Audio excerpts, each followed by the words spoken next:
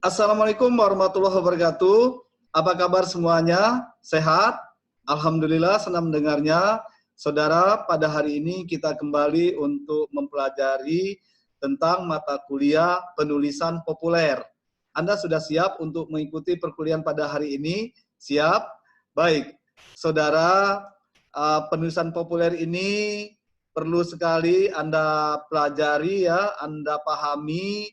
Dan penulisan populer ini sebetulnya merupakan mata kuliah yang wajib pilihan, yang tentu saja sebetulnya apabila Anda mengambil mata kuliah penulisan populer ini tepat sekali untuk Anda yang akan dan ingin menjadi seorang penulis yang baik. Apakah itu penulis yang kreatif tentunya ya, Anda bisa menghasilkan berbagai karya kreatif yang bisa Anda jual. Oleh sebab itu, penulisan populer ini sebetulnya mata kuliah bisnis. Makanya pada perkuliahan populer ini, saudara, yang kita bahas sebetulnya yang pertama itu bagian pendahuluan. Kita akan melaksanakan kontrak perkuliahan serayang pandang tentang konsep menulis. Kemudian nanti akan kita lanjutkan pada pengertian menulis, manfaat menulis, dan juga tahapan menulis. Lalu kita juga akan mempelajari tentang pengertian penulisan populer, manfaat penulisan populer, dan jenis-jenis penulisan populer. Kemudian ada juga akan saya ajak untuk membahas tentang perbedaan antara karya ilmiah populer dan karya ilmiah murni ya. Lalu kita juga akan mempelajari tentang langkah-langkah menulis karya populer. Kemudian kita juga akan membahas tentang mencari ide untuk menulis karya populer. Lalu kita akan membahas tentang bagaimana mengorganisasikan bahan yang akan dikembangkan dalam sebuah tulisan populer. Kemudian kita juga akan membahas tentang bagaimana menuangkan ide dalam sebuah tulisan populer, baik ilmiah dan fiksi gitu ya. Kemudian karena kan ilmiah ini, mohon maaf, ilmiah itu ada ilmiah murni dan ada ilmiah populer. Jadi kita akan membahasnya tentang ilmiah populer dan juga fiksi ya. Kemudian yang berikutnya kita juga akan membahas tentang struktur tulisan populer, struktur artikel, esai, prosa, dan juga struktur naskah drama. Lalu kita pun akan membahas tentang ciri-ciri tulisan yang baik ya. Kemudian kita lanjutkan nanti dengan teknik penulisan populer. Lalu kita akan membahas juga tentang penulisan ilmiah populer. Di dalamnya ada esai pendek dan artikel populer. Lalu saudara, kita juga akan membahas tentang penulisan sastra populer berupa puisi, cerpen, novel, dan naskah drama. Tentu saja di akhir perkuliahan pokok bahasan mata kuliah penulisan populer ini, saudara, kita akan praktik menulis karya populer. Jadi ada 14 pokok bahasan selama 1 semester yang akan kita bahas. Kemudian untuk ini literaturnya silakan saja Anda baca ya, yang berhubungan dengan penulisan populer. Banyak sekali literatur yang bisa Anda gunakan, termasuk ya hasil karya saya itu ada penulisan populer, ada menulis karya ilmiah, juga keterampilan menulis yang bisa Anda ya baca ya.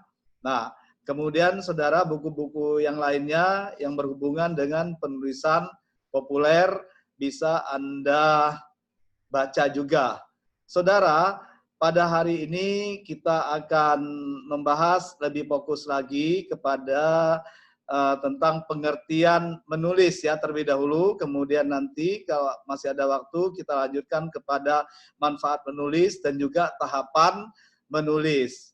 Ya, baik saudara, kita lihat bahwa sebetulnya menulis itu adalah ya menyampaikan pesan ya, menyampaikan informasi, menyampaikan pikiran kita, perasaan kita, angan-angan kita, ini berupa lambang tanda tulisan, yang tentu saja lambang tanda tulisan yang bermakna, yang kita sampaikan dalam bentuk tulisan. Nah, oleh sebab itu, saudara, menulis itu sebetulnya merupakan proses perubahan bentuk, pikiran, angan-angan, perasaan kita, dan sebagainya menjadi wujud lambang tanda tulisan yang bermakna. Oleh sebab itu, ketika kita menulis tentang sebuah kata yang tidak bermakna, misalnya ABC, ABC, ABC, ada tidak maknanya? Tidak ada ya. Ketika kita menulis sirup ABC ini nikmat rasanya, ada tidak makna ABC tersebut? Ada ya. Dalam tulisan sirup ABC ini nikmat rasanya, ABC itu merupakan merek sebuah sirup. Ya, baik, saudara, selanjutnya sebetulnya apa yang dimaksud dengan menulis itu secara umum? Tentunya tadi sudah disampaikan bahwa sebetulnya menulis itu sendiri adalah menyampaikan pesan, menyampaikan informasi kepada orang lain dalam bentuk tulisan ya. Nah, saudara, sebetulnya menulis itu adalah sebagai suatu kegiatan penyampaian pesan ya, penyampaian pesan atau komunikasi dengan menggunakan bahasa tulis sebagai alat ataupun medianya. Nah, kemudian tulisan ini sebetulnya merupakan sebuah simbol ya atau lambang bahasa yang dapat dilihat dan disepakati pemakaiannya. Nah, oleh sebab itu, saudara, dalam komunikasi tulis sebetulnya setidaknya terdapat 4 unsur ya, terdapat 4 unsur yang terlibat di dalam komunikasi tulis itu. Yang pertama adalah penulis itu sendiri. Penulis ini ada sebagai penyampai pesan ya. Yang kedua adalah pesan itu sendiri ataupun tulisan. Jadi kalau ada pesan, tentu saja ada penulisnya sebagai penyampai pesan. Namun kalau ada penulis, ada pesan, berarti kita harus ada yang ketiga adalah saluran ataupun medianya.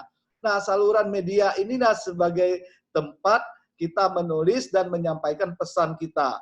Dan yang keempat adalah pembacanya ya.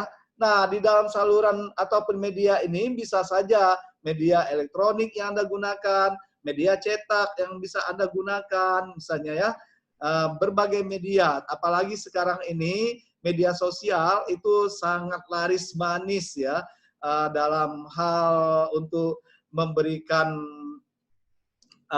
saluran kepada semua orang, termasuk mahasiswa-mahasiswa yang ingin menyampaikan pesannya, menyampaikan hasil karyanya ya, bisa melalui media itu. Bisa saja kan kita menyampaikan sebuah karya ya, puisi, cerpen misalnya, dan lain sebagainya.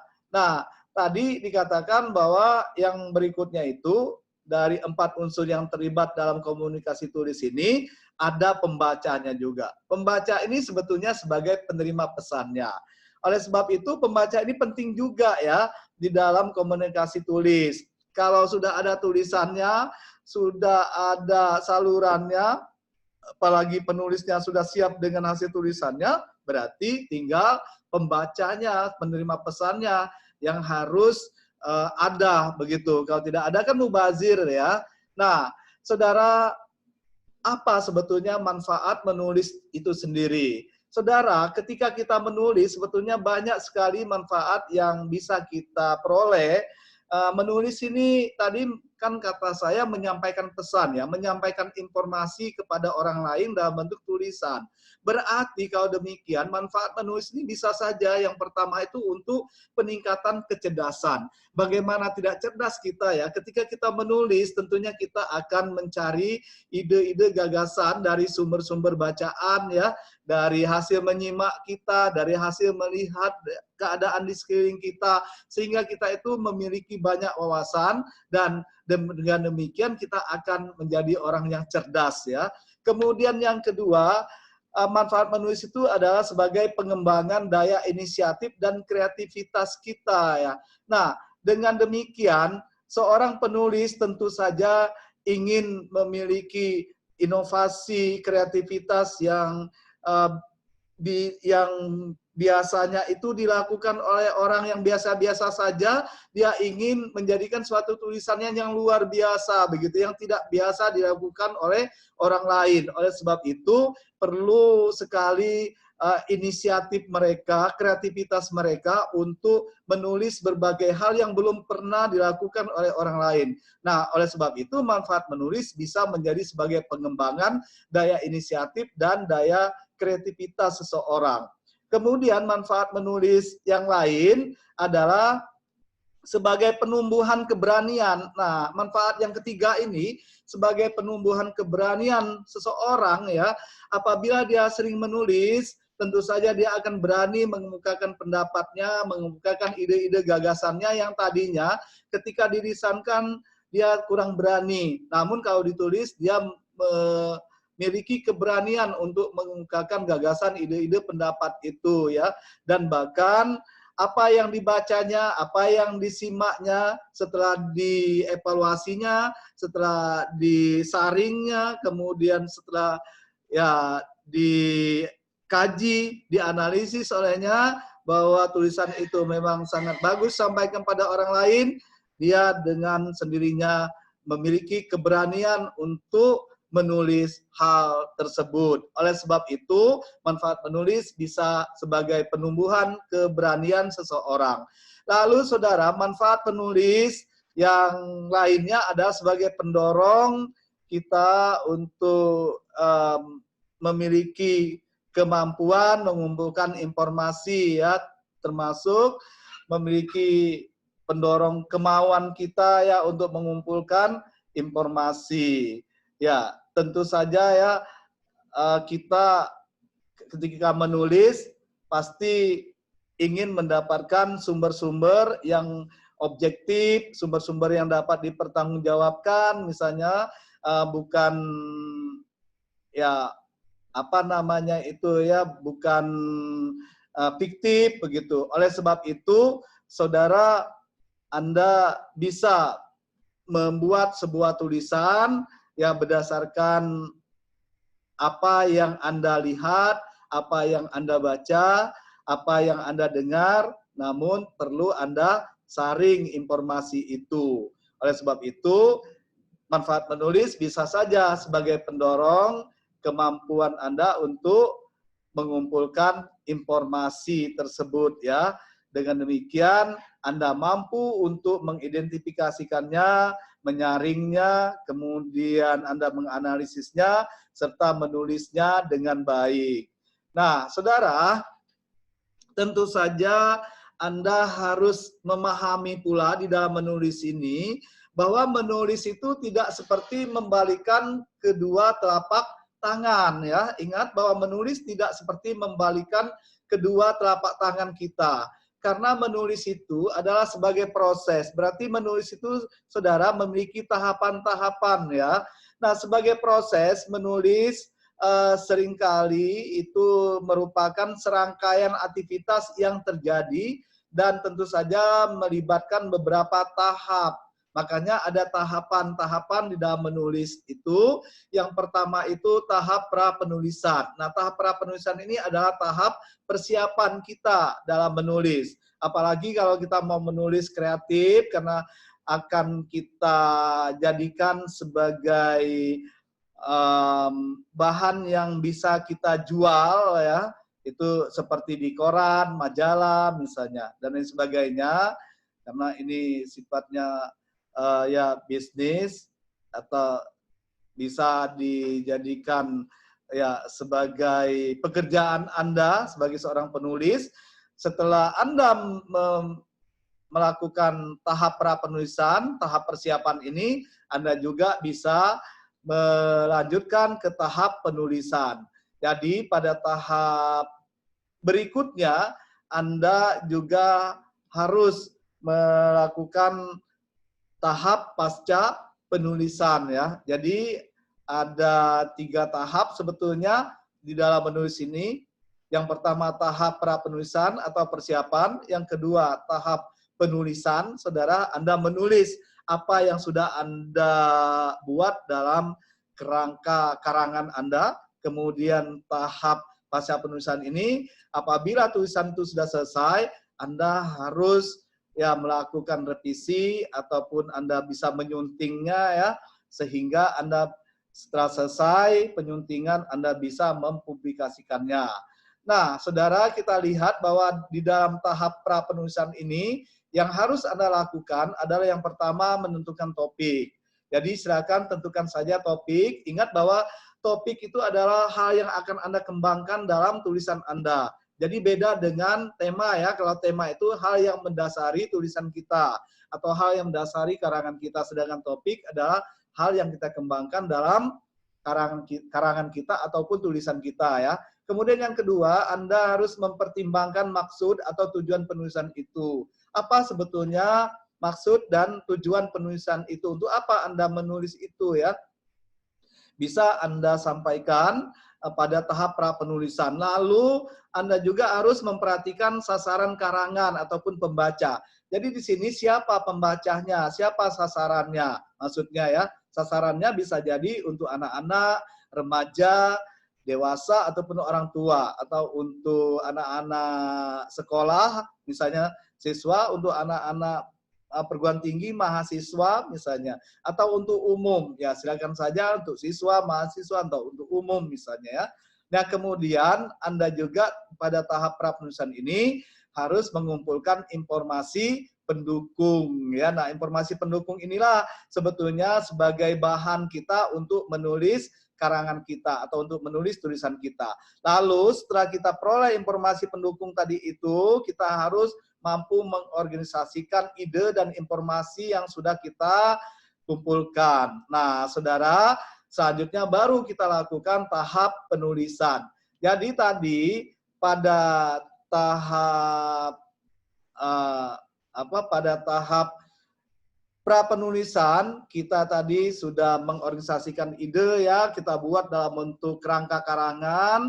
Nah, sekarang kita menuangkan kerangka karangan itu dalam bentuk tulisan. Jadi kita kembangkan ya, kembangkan kerangka karangan yang sudah kita buat, organisasi ide tadi sudah kita buat dalam bentuk kerangka karangan kita, lalu kita lanjutkan kepada tahap penulisan.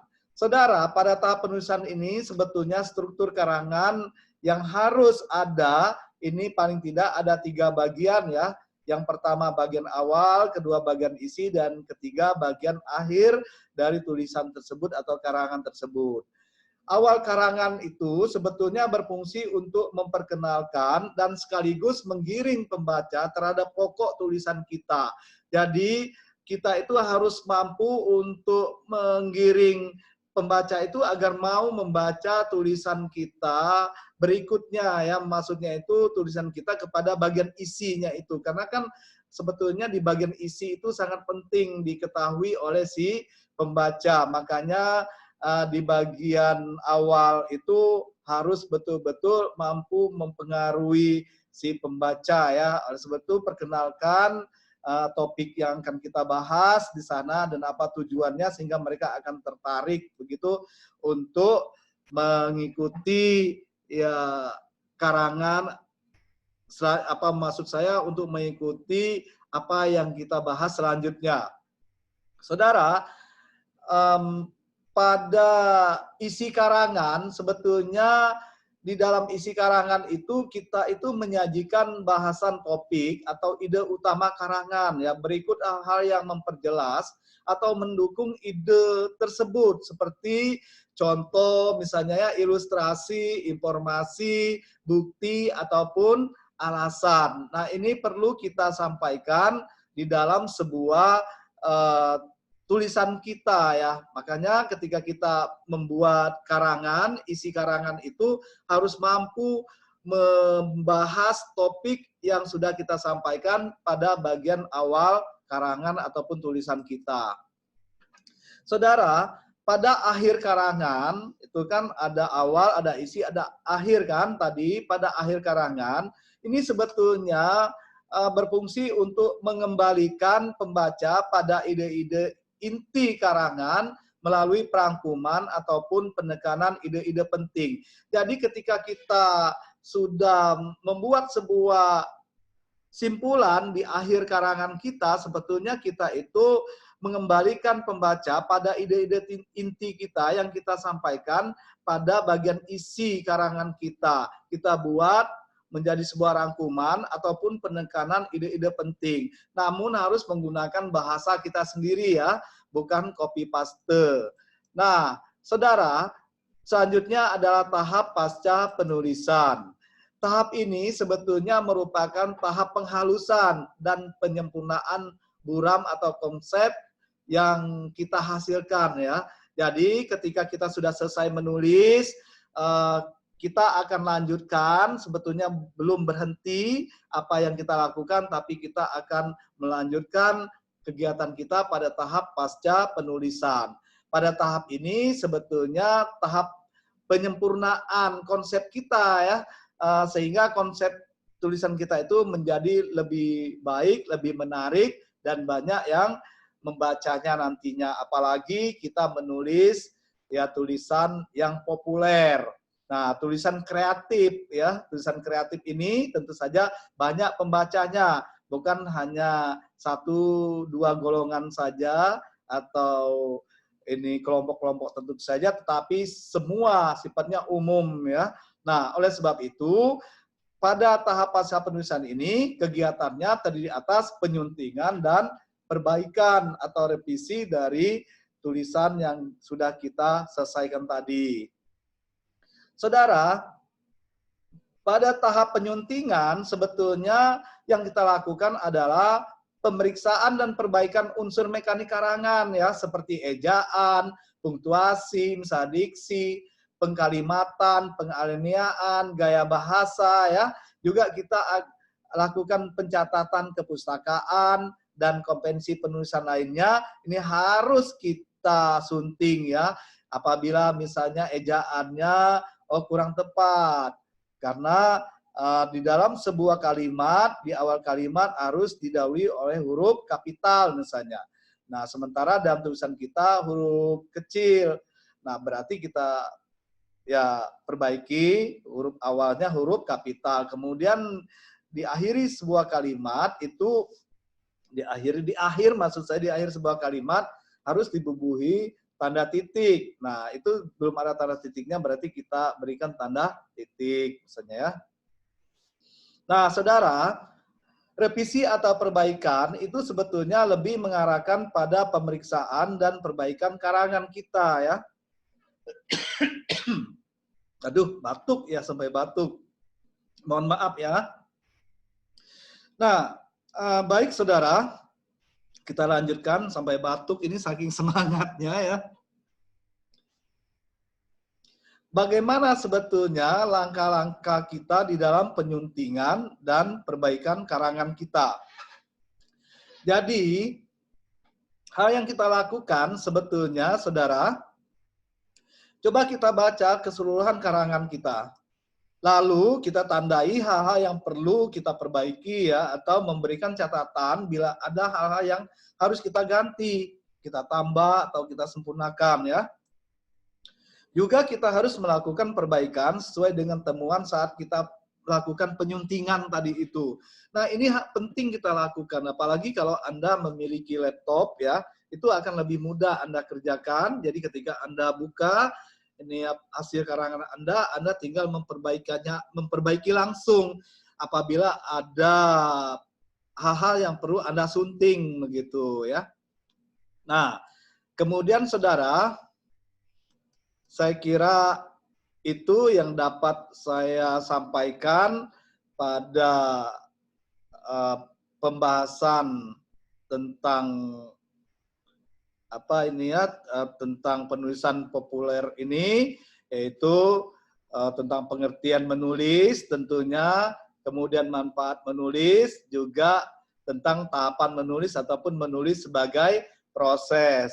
Oleh sebab itu, kita sebaiknya perlu menguasai ya tentang konsep dasar menulis itu, yaitu bahwa menulis sebetulnya menyampaikan pesan, menyampaikan informasi ya, Bisa saja berupa angan-angan kita, perasaan kita, ya pikiran kita kepada orang lain, sehingga orang lain mampu untuk memahami apa yang kita tulis tersebut. Dan bisa jadi tulisan kita bisa bermanfaat bagi orang lain. Nah, saudara, tulisan kita ini pada mata kuliah penulisan populer ini nanti akan lebih ditekankan kepada menulis ya kreatifnya, ya menulis kreatif. Anda akan mampu nanti menulis cerpen, novel, ya, naskah drama dan lain sebagainya. Termasuk Anda bisa menulis tentang buku-buku motivasi, ya, tentang perjalanan hidup dan lain sebagainya. Anda bisa melakukannya dan bahkan bisa menjadi inspirasi bagi orang lain, ya. Saya kira itu pada hari ini silakan saja Anda buat dalam bentuk rangkuman, ya, apa yang sudah saya sampaikan. Hasilnya nanti silakan Anda email ke email saya, yaitu dalman.bangka@gmail.com. Tuh, ya. Ya, kemudian untuk menambah wawasan Anda bisa mempelajari tentang penulisan populer ini, khususnya tentang pengertian menulis, kemudian manfaat menulis, dan juga tahapan menulis ataupun proses dalam menulis ini bisa Anda baca di buku, kemudian bisa juga baca di internet, Anda cari, ya, di Google sangat banyak, itu bisa menambah referensi Anda. Saya yakin Anda akan menjadi seorang penulis yang baik. Ayo dari sekarang tanamkan pada diri Anda menyukai tentang menulis. Gemar menulis, karena dengan Anda gemar menulis, berarti insya Allah Anda akan gemar membaca, berarti dengan demikian, ya, budaya literasi kita akan meningkat nanti dengan sendirinya, ya. Karena kita sebagai seorang, ya,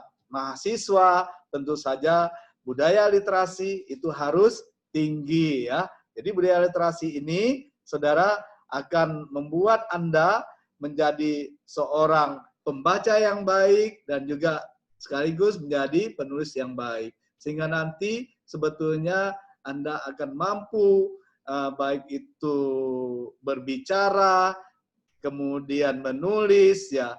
Nah, makanya apabila Anda mampu membaca dan menyimak dengan baik, saya yakin Anda pun akan mampu berbicara dan menulis dengan baik. Selamat menjadi seorang penulis yang baik.